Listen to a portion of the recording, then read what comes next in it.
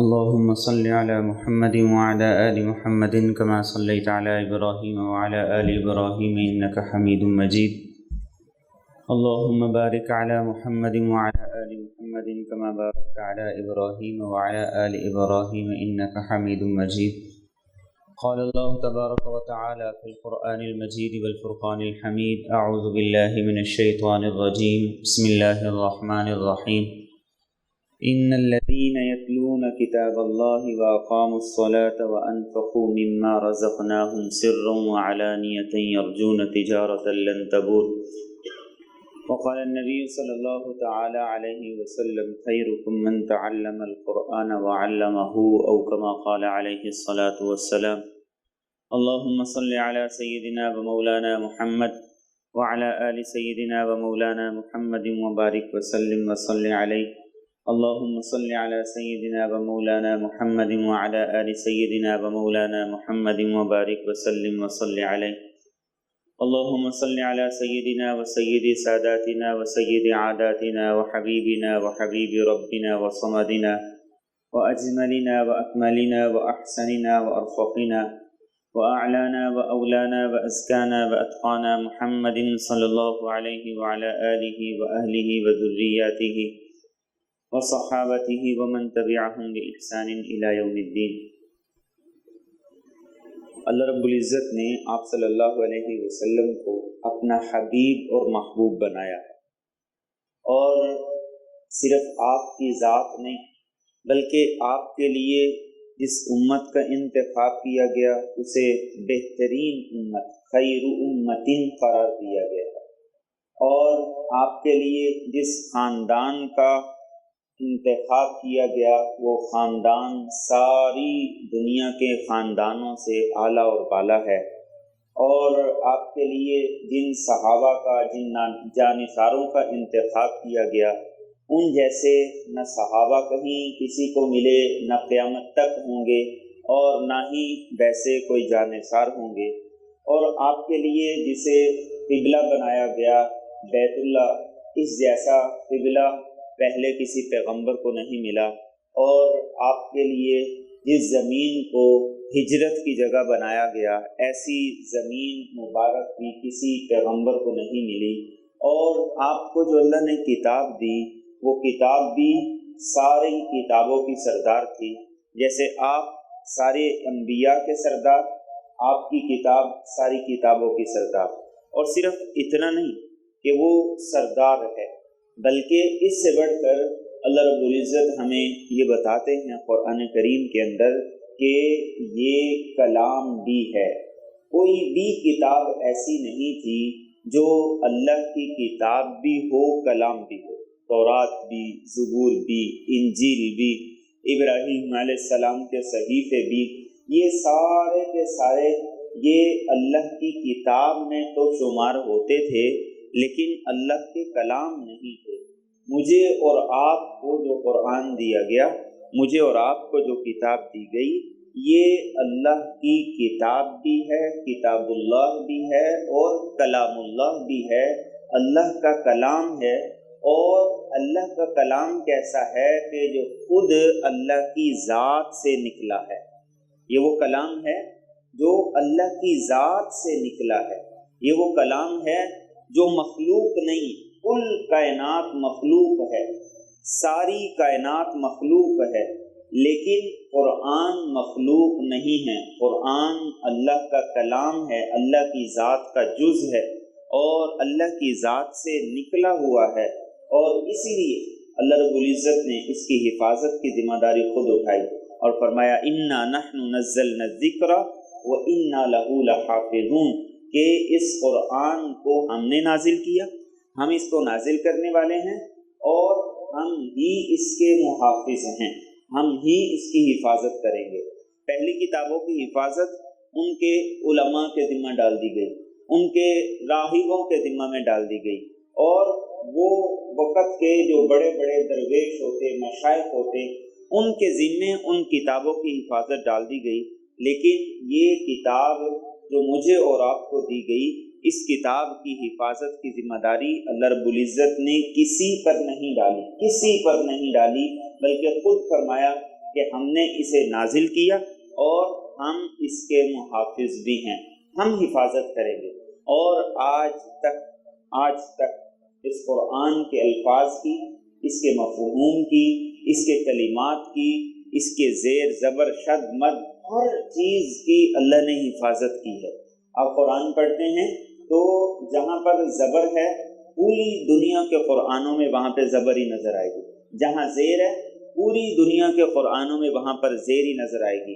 اور کئی الفاظ ایسے ہیں جو پڑھے نہیں جاتے لیکن لکھے جاتے ہیں، اور کئی الفاظ ایسے ہیں جن کے لکھنے کا انداز جیسا متعین ہوا تھا، طے ہوا تھا، آج تک ویسا ہی لکھا جاتا ہے۔ کسی نے یہ نہیں کہا، آج تک کسی نے یہ نہیں کہا کہ یہ لفظ تو ایسے لکھا جائے تو زیادہ درست ہے، کیوں؟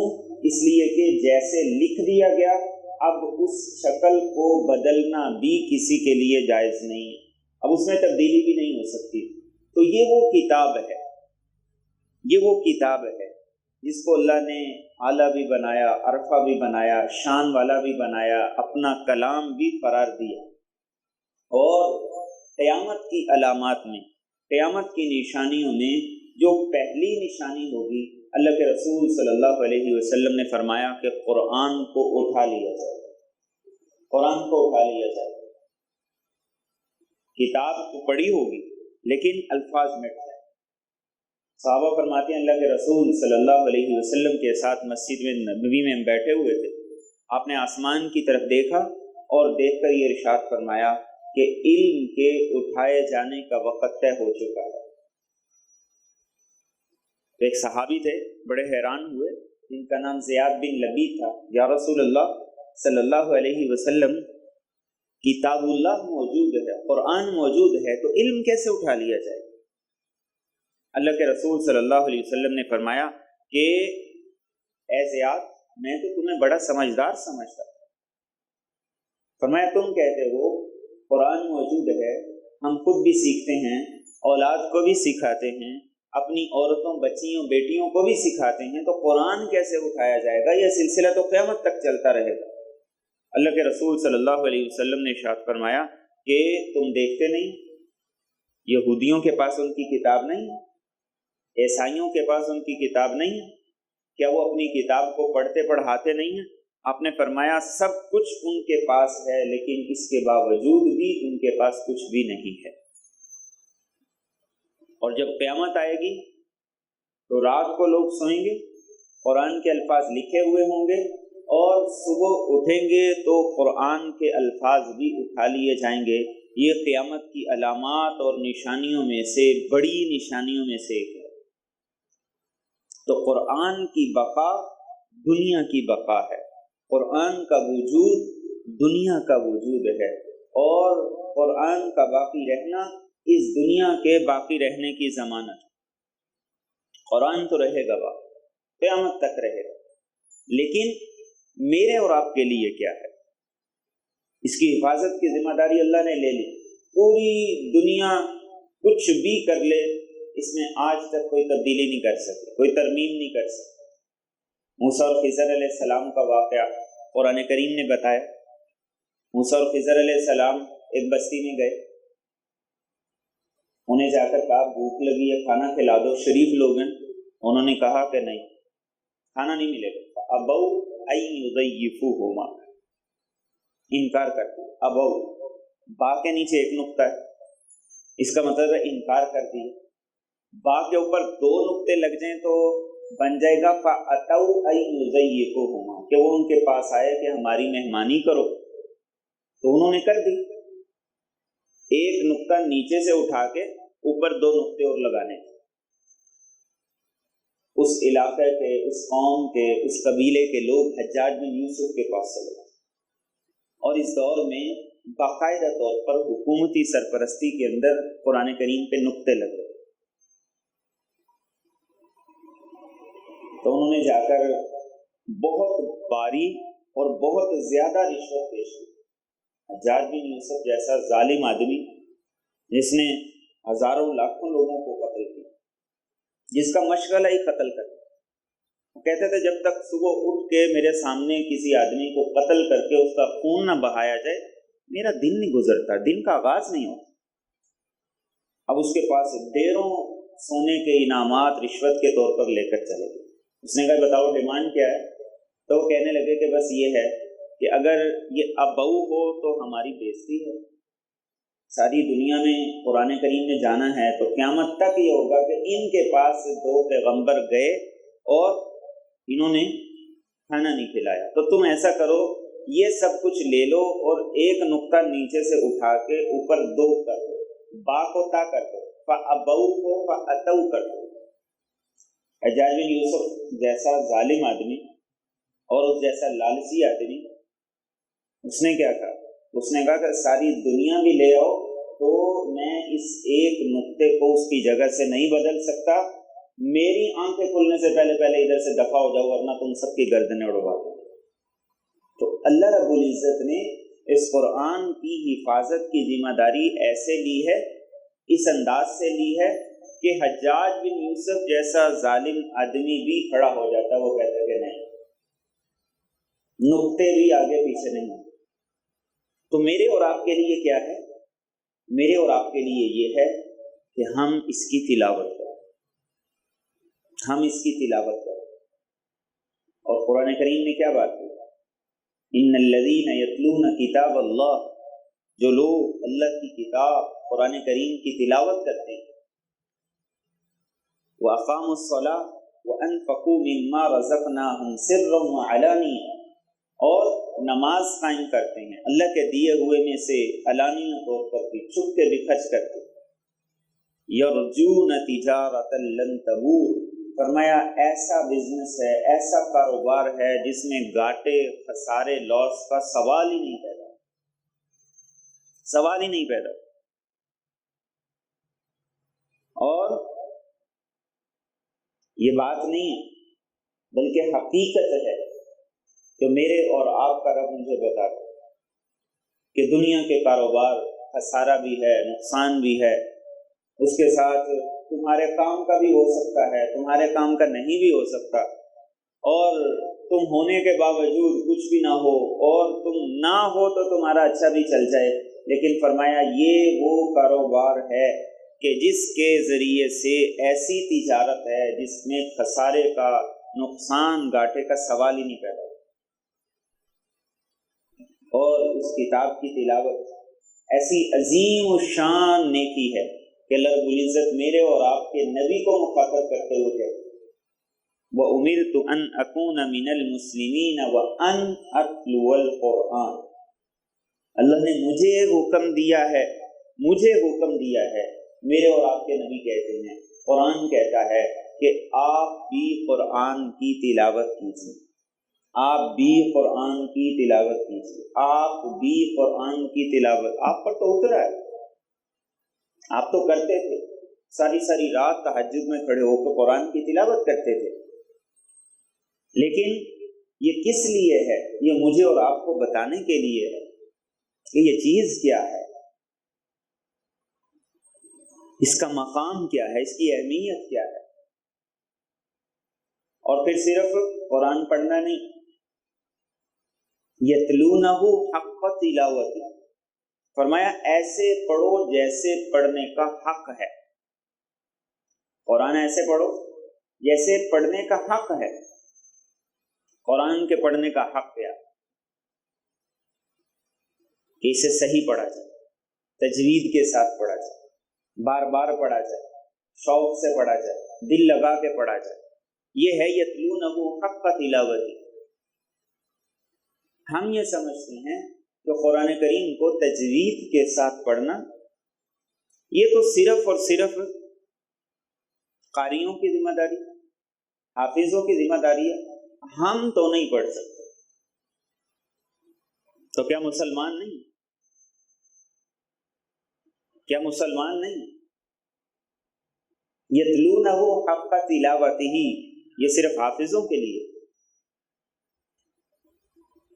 اور صحابہ کرام رضوان اللہ تعالی علیہم اجمعین، انہوں نے قرآن کو بچپن سے سیکھا تھا. کوئی 40 سال کی عمر میں مسلمان ہوا، کوئی 50 سال کی عمر میں مسلمان ہوا، کوئی 60 سال کی عمر میں مسلمان ہوا، تو کیا انہوں نے چھوڑ دیا کہ بھائی نہیں اب 60 سال کی عمر ہو گئی ہے تو اب ہم اسلام میں داخل ہوئے ہیں تو یہ ہم اپنے بچوں کو تو سکھائیں گے؟ ہم نہیں سیکھ سکتے۔ بلکہ صحابہ نے جس جس عمر میں اسلام قبول کیا ساتھ ساتھ قرآن کو سیکھا بھی سکھایا بھی، 5 آیتیں سبق لیا کرتے تھے اور اس کو سیکھتے سمجھتے عمل کرتے، اور پھر اللہ کے رسول صلی اللہ علیہ وسلم سے اگلا سبق لیا۔ آپ دنیا سے تشریف لے گئے، 35,000 صحابہ کرام قرآن کے حافظ، 35,000، ان میں سارے کوئی بچے تھوڑے، سارے نوجوان تھوڑے، تو صرف یہ ہے ہم نے ذہن بنا لی کہ یہ ہماری ذمہ داری نہیں، اور گانا میوزک یہ ساری کی ساری چیزیں یہ گویا کہ ہر ایک کی ذمہ داری۔ کسی کو بھی کہو تو وہ 2 گانے کے بول ضرور سنائے، اور اسے ٹیلنٹ سمجھتے ہیں۔ قرآن پڑھنا، اچھا پڑھنا، بہترین پڑھنا، خوبصورت پڑھنا ہے ٹیلنٹ ہی کوئی۔ تو اللہ کیا فرما رہے ہیں؟ یتلونہ حق تلاوت۔ مومن کون ہے؟ جو قرآن کو ایسے پڑھے جیسے پڑھنے کا حق ہے، ایسے پڑھے۔ اور یہ صحابہ کا شوق ہوتا ہے، جذبہ ہوتا ہے۔ کیسا قرآن پڑھتے تھے؟ حضرت اکرمہ رضی اللہ تعالیٰ عنہ فتح مکہ کے بعد مسلمان، قرآن کو جب پکڑتے تو شوق سے کہا کرتے تھے ھذا کلام ربی، یہ میرے رب کا کلام ہے، میں کہاں، یہ کلام کہاں، اور رب کی توفیق کہاں، اور غش کھا کے بے ہوش ہو کے گر پڑتے تھے کہ میری یہ شان، مجھے یہ توفیق ملی کہ میں اس قرآن کو پڑھنے لگا۔ صحابہ اس قرآن کو اس نظر سے دیکھتے، صحابہ اس قرآن کو اس نظر سے پڑھتے۔ ہم سمجھتے ہیں نہیں ہمارا تو سٹیٹس ہے، ہمارے لیے قرآن نعوذ باللہ کیا چیز ہے، زبان سے نہیں کہ عمل تو یہی ہے، زبان سے نہ کہیں تو کیا فرق پڑتا ہے؟ تو وہ قرآن کو پکڑتے تو ان کے جذبات اور ان کا ایمان آسمان تک پہنچ جاتا تھا۔ حضرت عمر فاروق رضی اللہ تعالی عنہ، آپ صحابہ کو یہ کہا کرتے تھے ذکرنا ربنا شوقنا الی ربنا، قرآن کی تلاوت سناؤ تاکہ ہمیں ہمارے رب کی یاد آئے، اور قرآن کا اور قرآن کی تلاوت ہمیں سناؤ تاکہ ہمیں اپنے رب سے ملاقات کا، اس سے بات چیت کا شوق پیدا ہو۔ تو یہ وہ کتاب ہے۔ پھر اس کتاب کا، اس قرآن کا رمضان سے بھی ایک گہرا تعلق ہے۔ شہر رمضان الذی انزل فیہ القرآن ھدی للناس وبینات من الھدی والفرقان، فرمایا یہی تو مہینہ ہے جس مہینے میں اس قرآن کے نزول کا فیصلہ کیا گیا تھا۔ لوح محفوظ سے آسمان دنیا پر یہ قرآن اس رمضان المبارک کی 23ویں رات کو نازل ہو، اور آسمان دنیا سے اس دنیا کے اندر رسول اکرم صلی اللہ علیہ وسلم کے قلب اطہر پر اس قرآن کا نزول رمضان کے مہینے میں شروع ہوا۔ پہلی وحی اقرأ بسم ربک الذی خلق یہ رمضان المبارک کے مہینے میں آئی۔ تو رمضان اور قرآن کا تعلق ہے، رمضان اور قرآن کا گہرا ربط ہے، یہ ایک دوسرے کے ساتھ ساتھ ہیں، ایک دوسرے سے جدا نہیں ہے، الگ نہیں ہے کہ رمضان تو ہو لیکن قرآن نہ ہو۔ وہ رمضان ہی نہیں جس میں قرآن نہیں، وہ رمضان ہی نہیں جس میں قرآن نہیں۔ رمضان کی رونق تو قرآن کے ساتھ ہے، قرآن پڑھنے کے ساتھ، قرآن سننے کے ساتھ، قرآن سمجھنے کے ساتھ۔ اور میرے اور آپ کے نبی پر جب وحی آتی تھی آپ تیز تیز پڑھتے تھے تاکہ یاد ہو جائے۔ اللہ رب العزت نے قرآن کریم میں آپ کو منع کر دیا فرمایا کہ آپ نے پڑھنا نہیں صرف سننا. ان علینا جمعہ وقرآنہ فاذا قرأناہ فاتبع قرآنہ ثم ان علینا بیان. فرمایا محبوب صلی اللہ علیہ وسلم آپ کا کام صرف پڑھنا ہے، آپ کا کام صرف سننا ہے. آپ سنتے جائیے سنتے جائیے سنتے جائیے، آپ کے دل میں اتارنا، آپ کی زبان سے جاری کرنا، اس کی تشریح، اس کی تفسیر، یہ ہماری ذمہ داری ہے. اللہ نے ذمہ داری لے لی اور قیامت تک کی لی. لیکن جب رمضان کا مہینہ آیا کرتا تھا تو اللہ رب العزت جبریل امین کو بھیجتے تھے. قرآن چونکہ سارا اکٹھا نہیں نازل ہوا تو جبریل امین آتے تھے، تو جتنی وحی رسول اکرم صلی اللہ علیہ وسلم پر نازل ہو چکی ہوتی، ایک دفعہ آپ وہ سارا قرآن جبریل امین کو سناتے اور ایک دفعہ جبریل امین وہ سارا قرآن رسول اکرم صلی اللہ علیہ وسلم کو سناتے. یہ دور ہوتا تھا. اور دور کس سے ہوتا تھا؟ جو نوریوں کا امام ہے، فرشتوں کا سردار ہے. اور کہاں ہوتا تھا؟ مسجد نبوی میں. جب ہم روضہ رسول پہ سلام پیش کر کے نکل رہے ہوتے ہیں تو اس دروازے کا نام باب جبریل ہے. جب نکل رہے ہوتے ہیں تو دائیں طرف جو خالی جگہ ہے جہاں پہ مصلی نہیں لگے ہوئے، یہ جگہ تھی جہاں بیٹھ کے میرے اور آپ کے نبی اور جبریل امین قرآن کا دور کیا کرتے تھے.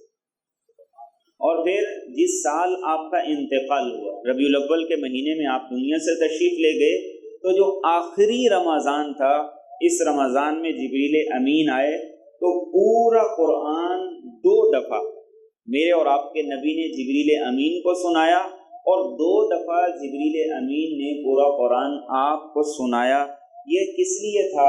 یہ مجھے اور آپ کو بتانے کے لیے تھا، اس لیے کہ اس کی حفاظت کی ذمہ داری تو اللہ لے چکے تھے، اور یہی بتانے کے لیے تھا، یہی پیغام دینے کے لیے تھا کہ اس قرآن کی یہ شان ہے کہ رمضان کا مہینہ ہے، لیکن اللہ رب العزت جبریل امین کو آسمانوں سے دنیا میں بھیج کے تمہارے نبی کے ساتھ اس کا دور کرواتے. تو تمہاری کیا ذمہ داری ہے، تمہارا کیا فریضہ ہے، تم کیا کر رہے ہو اور تمہیں کیا کرنا چاہیے. اور یہی صحابہ کی محبت تھی قرآن سے. حضرت عثمان غنی رضی اللہ تعالیٰ عنہ، جنہیں جامع القرآن کا لقب دیا گیا، حضرت عثمان غنی رضی اللہ تعالیٰ شہادت کی حالت میں ہوئی، قرآن کی تلاوت کرتے، قرآن پڑھ رہے، شہید ہوئے. اور ان کے بارے میں یہ لکھا ہے کہ قرآن کی تلاوت کر کر کے ان کے 2 مصحف، 2 قرآن کریم بالکل شہید ہو گئے تھے، پوسیدہ ہو گئے تھے. انگلیاں لگتی تھی، بار بار لگتی تھی، تو قرآن شہید ہو گئے. حالانکہ حافظ قرآن تھے، قرآن کے حافظ تھے، لیکن قرآن کو جیسے پڑھنا نیکی ہے، ایسے چھونا بھی نیکی ہے، دیکھنا بھی نیکی ہے. اور قرآن کو دیکھ کر پڑھنے سے آنکھوں میں بھی نور اترتا ہے، دل میں بھی نور اترتا ہے. تو حضرت عثمان غنی رضی اللہ تعالیٰ عنہ 2 قرآن کریم دیکھ کے پڑھ، اور دیکھ کے پڑھنے سے ویسے بھی توجہ زیادہ ہوتی ہے، انسان کا شوق ہوتا ہے، جذبہ ہوتا ہے، کیفیات ہوتی ہیں. اور صحابہ جب قرآن کو پڑھا کرتے تھے، ان کی آنکھوں سے آنسو جاری ہوتے تھے، دل نرم ہو جاتے تھے. اللہ کے رسول صلی اللہ علیہ وسلم کے صحابی عبداللہ بن عمر بن عاص رضی اللہ تعالیٰ عنہ، آپ ان کے پاس تشریف لے گئے. شکایت کیا تھی؟ شکایت یہ تھی رات بھر قرآن پڑھتے ہیں، دن بھر روزہ رکھتے ہیں، بیوی کو ٹائم نہیں دیتے. تو آپ ان کے پاس چلے گئے، تو انہیں جا کر آپ نے پوچھا کتنے دن میں قرآن ختم کرتے ہو؟ تو وہ کہنے لگے روزانہ 1 قرآن ختم کرتا ہوں. آپ نے پوچھا روزے؟ کہا ہر روز رکھتا ہوں. تو آپ نے انہیں کہا کہ 1 مہینے میں 1 قرآن ختم کیا کرو، 1 مہینے، یعنی روزانہ 1 سپارہ پڑھا کرو. یہ ادنا ترین درجہ ہے، یہ قرآن کا سب سے چھوٹا ادنا ترین حق ہے کہ روزانہ 1 سپارہ کم از کم اس کی تلاوت کیجیے. اور 1 سپارہ پڑھتے ہوئے کتنا ٹائم لگتا ہے؟ 40 منٹ لگتے ہیں، بڑی بات ہے 50 منٹ لگتے ہیں. اس سے زیادہ تو نہیں۔ تو یہ صحابہ کا شوق تھا۔ حضرت عثمان غنی رضی اللہ تعالیٰ عنہ ایک رات تہجد میں پورا قرآن پڑھ لیتے تھے۔ امام مالک رحمۃ اللہ علیہ رمضان المبارک کا مہینہ آتا تو وہ روضہ رسول کے سامنے بیٹھ کے درس حدیث دیتے تھے، لیکن جب رمضان کا مہینہ آتا تو درس حدیث بھی چھوڑ دیتے تھے، اور وہ کہا کرتے تھے کہ یہ مہینہ بس قرآن کا مہینہ، اس مہینے میں قرآن کی تلاوت کے علاوہ کوئی اور کام نہیں ہو۔ امام شافعی رحمۃ اللہ علیہ رمضان المبارک کے مہینے میں 60 قرآن کریم پڑھتے تھے، دن کو ایک قرآن، رات کو ایک قرآن۔ امام ابو حنیفہ رحمۃ اللہ علیہ ایک قرآن تراویح میں، ایک قرآن عید کے دن، اور روزانہ 2 قرآن کریم کی تلاوت کیا کرتے تھے، ایک دن کو ایک رات، اور خود کپڑے کا کاروبار کرتے تھے۔ فقہ اور علم کی بہت بڑی مجلس ہوتی تھی۔ اسود بن یزید 40 سال تک مسلسل یہ معمول رہا، ایک قرآن دن کو پڑھتے تھے، ایک رات کو پڑھتے تھے۔ امام بخاری رحمۃ اللہ علیہ آپ کا یہ معمول تھا کہ رمضان میں ایک قرآن دن کو پڑھتے تھے اور ایک قرآن تراویح میں پڑھتے تھے، اور تراویح کا جو قرآن تھا وہ 3 دن کے اندر ختم کیا کرتے تھے۔ یہ بھی تو انسان تھے، ان کے ساتھ بھی تو بشری ضروریات تھی، ان کے ساتھ بھی تو تقاضے تھے، ان کی بھی تو مصروفیات تھی، لیکن بات محبت کی ہے، بات تو شوق کی ہے، بات تو جذبات کی ہے، بات تو تعلق کی ہے، بات تو اہمیت سمجھنے کی ہے۔ آج وہ اہمیت ہمارے دلوں سے نکل گئی، قرآن سے رشتہ ٹوٹ گیا، اور اللہ کے رسول صلی اللہ علیہ وسلم نے بڑی خوبصورت بات ارشاد فرمائی۔ آپ نے فرمایا کہ یہ قرآن، یہ وہ رسی ہے جس کا ایک سرا تمہارے ہاتھ میں ہے اور دوسرا تمہارے رب کے ہاتھ میں۔ کیا خوبصورت تعبیر! ایک سرا تمہارے ہاتھ میں ہے اور دوسرا تمہارے رب کے ہاتھ میں، اور آپ نے فرمایا کہ اس کو پکڑ لو گے کبھی بھی گمراہ نہیں ہو سکتے، سوال ہی نہیں پیدا ہوگا، ہدایت پاؤ گے، یقینی طور پہ پاؤ گے۔ اور اولیاء کرام کے معمولات کو دیکھیں، شیخ بہاؤالدین زکریا ملتانی، جن کا دربار ہے آج ملتان میں، بہت بڑی خانقاہ تھی، وہ فرمایا کرتے تھے کہ میرا دوست وہ ہے، میرا سچا مرید وہ ہے جو تہجد کی 2 رکعتوں میں ایک رات کے اندر پورا قرآن کریم پڑھ لے تو میں اسے اپنا سچا مرید سمجھتا ہوں۔ ان کی زندگیاں پڑھنے کے قابل ہیں۔ یہ تو نادان لوگوں نے بگاڑ کے رکھ دی، ہر چیز کا بیڑا غرق کر کے رکھ دیے، قوالیوں کا، سماعوں کا، اور پتہ نہیں کیا کیا اس کے اندر شامل کر دی۔ فرید الدین بن شکر رحمۃ اللہ علیہ 95 سال کی عمر میں بھی تراویح کھڑے ہو کے پڑھا کرتے، نہیں بیٹھتے۔ یہ ان کی زندگیاں تھیں، جو خود بھی قرآن پڑھتے تھے اور اپنے مریدین کو بھی قرآن پہ لگاتے تھے، اور ان کا اوڑھنا بچھونا صرف اور صرف قرآن ہی تھا۔ اور کیسے ہو سکتا ہے کہ کسی آدمی کو اس دنیا میں عزت مل جائے لیکن اس کی زندگی میں قرآن نہ ہو؟ سوال ہی نہیں پیدا ہوتا۔ عزتیں اس قرآن کے ساتھ اللہ نے جوڑی ہیں، اس لیے اللہ کے رسول صلی اللہ علیہ وسلم نے فرمایا ان اللہ یرفع بہذا الکتاب اقواما ویضع بہا آخرین۔ اللہ اس کتاب کے ذریعے سے لوگوں کی شان عزت بھی بلند کرتا ہے، اور اس کتاب کو چھوڑنے کی وجہ سے لوگوں کو ذلیل و رسوا بھی کرتا ہے۔ صحابہ کے اندر پڑھنے والے، پھر تابعین میں ابو العالیہ رحمہ اللہ تعالی غلام تھے، پکڑے گئے، مسلمانوں نے ایک جگہ حملہ کیا، پکڑے گئے، اب غلام بنا لی۔ کچھ ہی دن گزرے، جب صحابہ کا معمول دیکھا، ان کے گھروں کی زندگی دیکھی، مسلمان ہو گئے۔ مسلمان ہونے کے بعد قرآن سیکھنا شروع کر دی، اور فرماتے ہیں کہ دن میں مزدوری کرتے تھے قرآن سیکھتے تھے، اور معمول یہ تھا کہ ہم 4-5 جو اکٹھے قید ہو کے آئے تھے ہر روز رات کو ایک قرآن کریم پڑھتے تھے، لیکن دن کی مزدوری، رات کو قرآن پڑھنا بڑا مشکل ہوتا۔ پھر ہم نے سوچا کہ چلو کچھ کم کر لیتے، پھر بھی پورا نہیں ہوتا تھا تو صحابہ سے پوچھا، تو صحابہ نے ہمیں یہ کہا کہ 1 مہینے کے اندر قرآن کریم پڑھ لیا کرو، اتنا کافی، تو وہ پورا ہو جاتا۔ اب جہاد پہ جانا تھا تو ٹانگ میں درد ہو گئی، تو طبیب کو بلایا، طبیب نے کہا کہ اسے تو کاٹنا پڑے گا، اس لیے کہ اس میں ایسی بیماری لگ گئی ہے، یہ بیماری بڑھتی چلی جائے گی اور پورے جسم میں سرایت کر جائے۔ تو انہوں نے کہا ٹھیک ہے، میں اس کے لیے تیار ہوں۔ تو بے ہوشی کے لیے جب انہیں دوا دینے لگے تو انہوں نے کہا کہ نہیں۔ تو طبیب نے کہا کہ آپریٹ کیسے ہوگا اگر بے ہوشی کی دوا نہیں ہوگی؟ کوئی معمولی آپریٹ تھوڑی ہے۔ تو انہوں نے کہا کسی اچھے سے قاری کو بولو اور اسے کہو کہ میرے پاس کھڑا ہو کے تلاوت قرآن کرے، جس وقت تم دیکھو کہ میرا جسم، اس کے رونگٹے کھڑے ہو گئے، میری آنکھیں پھیل گئی ہیں اور میری نظریں آسمان کی طرف چلی گئی ہیں، تو جو آپریٹ کرنا کر لو۔ اور ایسے ہی انہوں نے کی۔ انہوں نے کہا کہ قرآن سے زیادہ نشہ جو انسان کو دنیا اور اس کی ساری چیزوں سے بے نیاز کر دے، کس چیز میں ہو سکتا ہے؟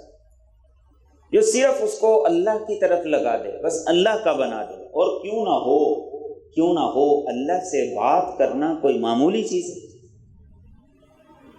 اللہ سے بات کرنا، ہم کلام ہونا کوئی عام بات ہے؟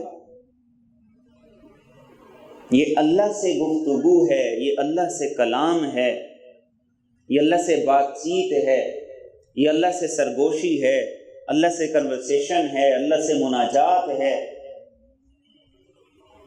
اور ہماری غفلت کا عالم یہ ہے کہ توجہ کرنے کے لیے تیار نہیں، توجہ بھی کرنے کے لیے تیار نہیں۔ فرشتے، جب کوئی آدمی اللہ کے رسول صلی اللہ علیہ وسلم نے ارشاد فرمایا باوضو ہو کر قرآن کی تلاوت کے لیے کھڑا ہو جاتا تو ایک فرشتہ آتا ہے اور وہ اس کی تلاوت سنتے سنتے سنتے اس کے قریب ہو جاتا، اور اتنا قریب ہوتا ہے کہ وہ فرشتہ اپنا منہ قرآن کی تلاوت کرنے والے کے منہ پہ رکھ دیتا ہے تاکہ جو کچھ یہ پڑھ رہا ہے اس کا نور میرے اندر منتقل ہو جائے۔ قرآن ایسی چیز ہے، قرآن ایسی چیز ہے، لیکن اس کی اہمیت کو جانیں تو، اس کی اہمیت کو سمجھیں تو۔ آج قرآن سے ہمارا رشتہ ٹوٹ گیا، اور ایسا ٹوٹا ہے کہ ہم دوبارہ اس کو جوڑنے کے لیے تیار ہی نہیں، اس کو دوبارہ جوڑنے کے لیے تیار ہی نہیں۔ اور پہلا درجہ وہ تو قرآن کی تلاوت ہے، ابھی پہلے درجے پہ نہیں ہے، پہلے درجے پہ نہیں ہے۔ باقی درجات جو اس کے بعد ہیں، جو باقی حقوق ہیں، وہ تو اس کے بعد ہیں، ابھی قرآن کے پہلے حق پہ نہیں آئے۔ اور قرآن کا پہلا حق کیا ہے؟ اس کی تلاوت، اس کو پڑھنا۔ حفاظت کی ذمہ داری اللہ نے لے لی، پوری دنیا نہ پڑھے کوئی فرق نہیں پڑتا، لیکن فرق اس کو پڑتا ہے جو خود کو مومن سمجھتا ہے، جو خود پر قرآن کا بھی حق سمجھتا ہے، جو خود پر قرآن کا بھی حق سمجھتا ہے، فرق اس کو پڑتا ہے۔ تو رمضان کا مہینہ اس قرآن کے ساتھ ہمارے تعلق کو جوڑنے کے لیے آتا ہے، لیکن غفلت اور سستی کا عالم دیکھ لیں۔ اللہ کی طرف سے شیڈول ایسا ہے، شام 6 بجے کاروبار سے فارغ ہو جائے، تو آپ یہ دیکھیے کہ شام 6 بجے سے لے کر صبح 4 بجے تک کیا کرتے ہیں؟ تراویح بھی نہیں ہے اس میں، نیند بھی نہیں ہے اس میں، کاروبار بھی نہیں ہے اس میں، تو کرتے کیا؟ اگر قرآن نہیں پڑھنا تو پھر رمضان کس چیز کا؟ اگر تراویح نہیں پڑھنی تو رمضان کس چیز کا؟ 5 نمازیں تو سارا سال ہیں. رمضان تو ہے کچھ اضافی کرنے کے لیے، رمضان تو ہے کچھ عام روٹین سے بڑھ کے کرنے کے لیے. تو یہ جو 12 14 16 گھنٹے ہم ضائع کرتے ہیں، اس کا کیا حساب ہے؟ اس کا کیا جواب ہے؟ اور پھر ہم شکوہ کریں کہ وقت میں برکت نہیں ہے. کوئی بنتا ہے؟ زندگی میں برکت نہیں ہے، کوئی بنتا ہے؟ زندگی میں برکت کے لیے ایک ہی وظیفہ ہے، وہ قرآن کی تلاوت ہے.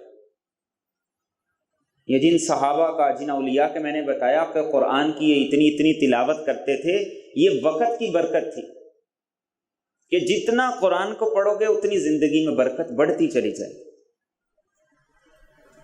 تو آج جائزہ لیں، رمضان کے مہینے میں نہ تراویح پڑھنے کے لیے تیار ہیں، نہ قرآن کی تلاوت کے لیے تیار ہیں، نہ خواتین کچن چھوڑ کے قرآن کی تلاوت کے لیے تیار ہیں، نہ بچوں کو ہم قرآن کی تلاوت کے لیے بٹھا رہے ہیں. تو پھر ہم نے کرنا کیا ہے؟ رمضان کس چیز کا ہے؟ صرف کھانے پینے کے لیے؟ اور یہ ذمہ داری کس کی؟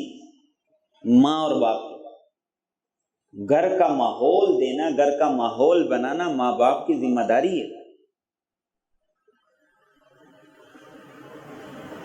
اور قیامت کے دن روزہ اور قرآن دونوں سفارش کریں گے، لیکن سفارش کسی بنیاد پہ ہوگی نا. روزہ کو جھوٹی سفارش تھوڑی کرے گا، قرآن کو جھوٹی سفارش تھوڑی کرے گا. اپنی غفلتوں کو دور کریں، جائزہ لیں کہ کتنے دن گزر گئے ہیں رمضان کے، لیکن ابھی تک اتنے سپارے بھی نہیں پڑھے. جتنے دن گزرے ہیں اتنے سپارے نہیں پڑھے.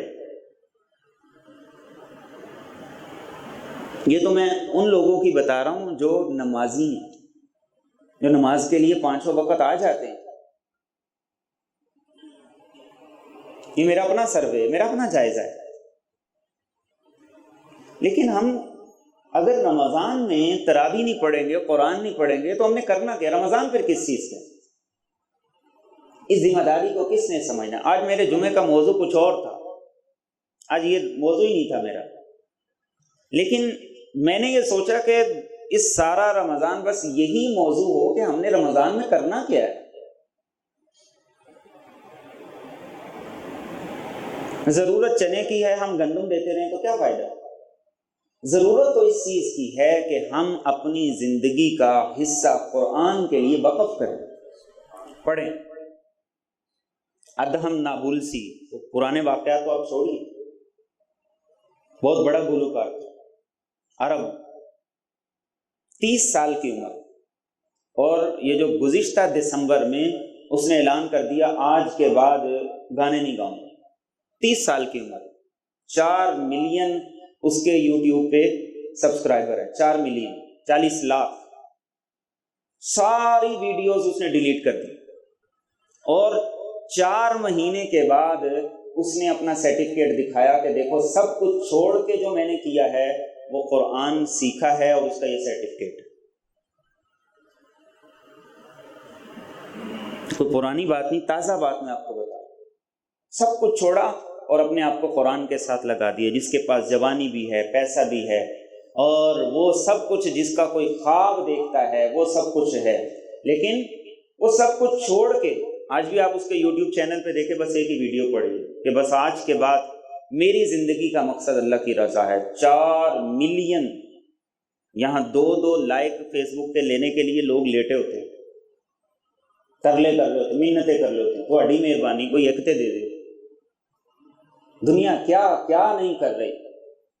یہ اللہ مجھے اور آپ کو دکھا رہے ہیں، یہ پیغام ہے کہ جو سب کچھ چھوڑ چھاڑ کے اس قرآن کی طرف آ رہے ہیں، تو تم کدھر جا رہے ہو؟ تم کدھر جا رہے ہو؟ فَأَيْنَ تَذْهَبُونَ إِنْ هُوَ إِلَّا ذِكْرٌ لِّلْعَالَمِينَ. اللہ فرماتے ہیں کہاں جا رہے ہو؟ اور پاگلوں کہاں جا رہے ہو؟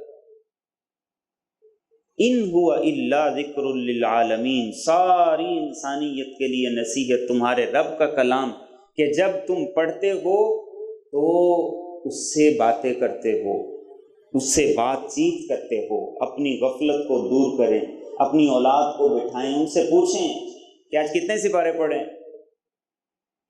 اس سے پوچھیں کتنے سپارے پڑھیں، بیوی سے پوچھیں کتنے سپارے پڑھیں۔ اگر بیوی آپ کے کہنے پہ 4 گھنٹے دوپہر کو 4 گھنٹے رات کو کچن میں کھڑی ہو سکتی ہے تو وہ 2 سپارے نہیں پڑھ سکتی؟ کوئی عذر نہیں، کوئی بہانہ نہیں، سب کچھ ہے، سب کچھ ہے، لیکن غفلت ہے، سستی ہے، لاپرواہی ہے۔